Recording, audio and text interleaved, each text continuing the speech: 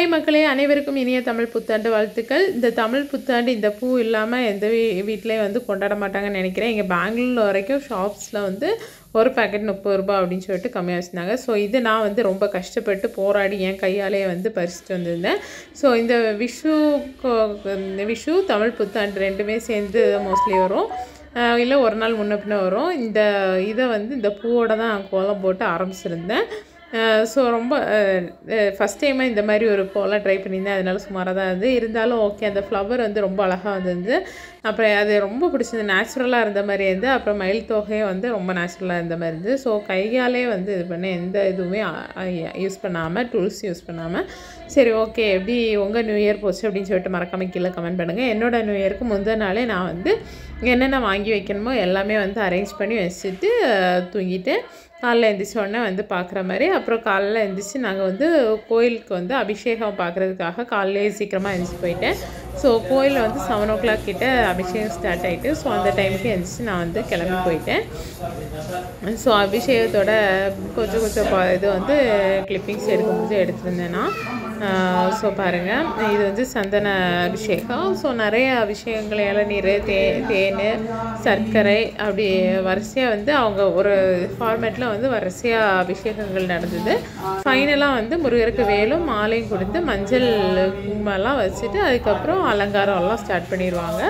So அதுக்கப்புறம் அலங்காரம் start பண்ணோன்னா அந்த வீட்டுக்குள்ளே திரை போட்டுருவாங்க, பார்க்கக்கூடாது அப்படின்னு சொல்லிட்டு. ஸோ அந்த கேப்பில் நான் வீட்டுக்கு வந்து பாயசம் ரெடி பண்ணியிருந்தேன். ஸோ பாயசம் வந்து செவ்வரிசியும் கொஞ்சமாக சிறுபருப்பு போட்டு குக்கரில் வேக வச்சேன். ஒரு பக்கத்தில் வந்து பலாப்பழத்தை நெய்யில் வதக்கி, முந்திரி திராட்சை நெய்யில் வதக்கி வச்சுருந்தேன்.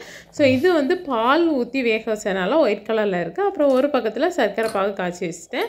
ஸோ அதுக்கப்புறம் லாஸ்ட்டாக வந்து எல்லாத்தையும் மிக்ஸ் பண்ண வேண்டியது தான். 3 அடுப்புலேயும் 3 வேலையை டக்குன்னு முடிச்சுட்டு, ஏன்னா திருப்பி அலங்காரம் முடிச்சோன்னா திருப்பி பூஜை பார்க்குறதுக்கு கோயிலுக்கு போகணும் அப்படிங்கிறதுனால நம்ம வீட்டில் உள்ள சாமிக்கும் வந்து கொடுக்கணும் இல்லையா, பூஜை பண்ணணும். அதனால சீக்கிரமாக வந்து இதை 3 அடுப்புலேயும் கடகடாக வச்சு ஒவ்வொன்றே வந்து எல்லாத்தையும் இது பண்ணி குக்கரில் வேலை முடிஞ்சோடனே எல்லாத்தையும் மிக்ஸ் பண்ணுற வேலை தான்.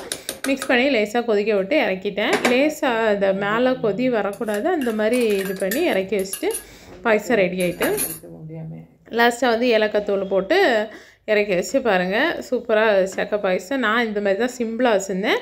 ஜவ்வரிசியும் சிறுபருப்பும் வந்து குக்கரில் வேக வச்சுட்டு லாஸ்ட்டு சக்கையை வதக்கி உள்ளே ஊற்றி ஒரு சைடில் இது பண்ணேன். நிறைய பேர் சக்கை அரைச்செல்லாம் இது பண்ணுவாங்க, அது வேறு ஸ்டைலில் வைக்கலாம். ஸோ நான் இந்த மாதிரி தான் ட்ரை பண்ணியிருந்தேன். ஸோ பாயசம் ரெடி ஆகிட்டு அதுக்கப்புறம் நம்ம சாமிக்கு வந்து பூஜையை வைக்க வேண்டியது தான். ஸோ பிரசாதமாக வந்து பலாப்பழ பாயசம் வச்சுருந்தேன். ஏன்னா முக்கணிகள் வந்து வைக்கணும் அப்படிங்கிறதுனால முக்கணிகள் வாங்கினேன். நம்ம ஊரில் வந்து சக்கவப்பெல்லாம் வந்து சும்மாவே இருக்கும். இங்கே வந்து 5 பீஸாக இருந்துச்சு, 100 ரூபான்னு சொல்லி வாங்கியிருந்தேன். சரி ஒரு நாள் தானே வாங்கிட்டு போ அப்படின்னு சொல்லிட்டு வாங்கிட்டேன்.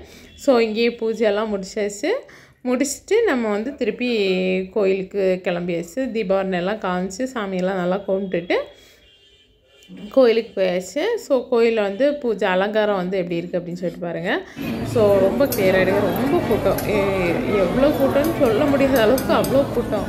ஏன்னா மலையாளிஸ் நிறைய பேர் இந்த ஏரியாவில் இருக்காங்க, தமிழ் மக்கள் நிறைய பேர் இருக்காங்க. ஸோ எல்லாருமே வந்து முருகப்பெருமானை வந்து சொல்கிறதுக்கு 1 கிலோமீட்டர் தூரத்துக்கு நின்ன மாதிரி நின்னாங்க க்யூவில். சரி ஓகே அப்படின்னு சொல்லிட்டு நாங்களும் கடைசியாலாம் போய் நின்றுட்டு அதெல்லாம் வாங்கிட்டு வீட்டுக்கு மத்தியானத்துக்கு சமையல் வேலைகள் ஆரம்பிச்சிட்டு முடிச்சுட்டு.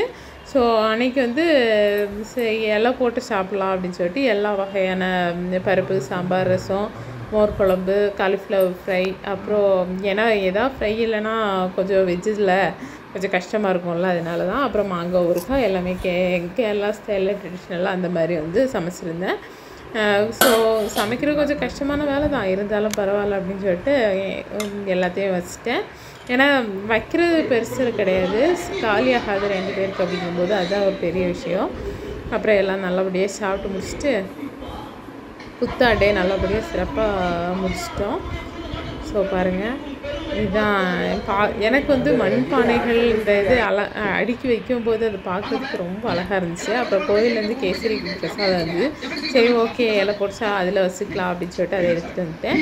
ஸோ பருப்பு சாம்பார் ஊற்றிருக்கேன். அப்புறம் காலிஃப்ளவர் ஃப்ரை, அப்பளம், கேசரி, பழம், அவியல், மாங்காய் ஊறுகாய், பாயாசம். எவ்வளோதான் ஃப்ரெண்ட்ஸ் மத்தியான சமையலோட நம்ம நியூ இயர் செலிப்ரேஷன் முடிஞ்சிச்சு. பிடிச்சிருந்தா லைக் பண்ணுங்கள், ஷேர் பண்ணுங்கள், சேர்த்தேன்.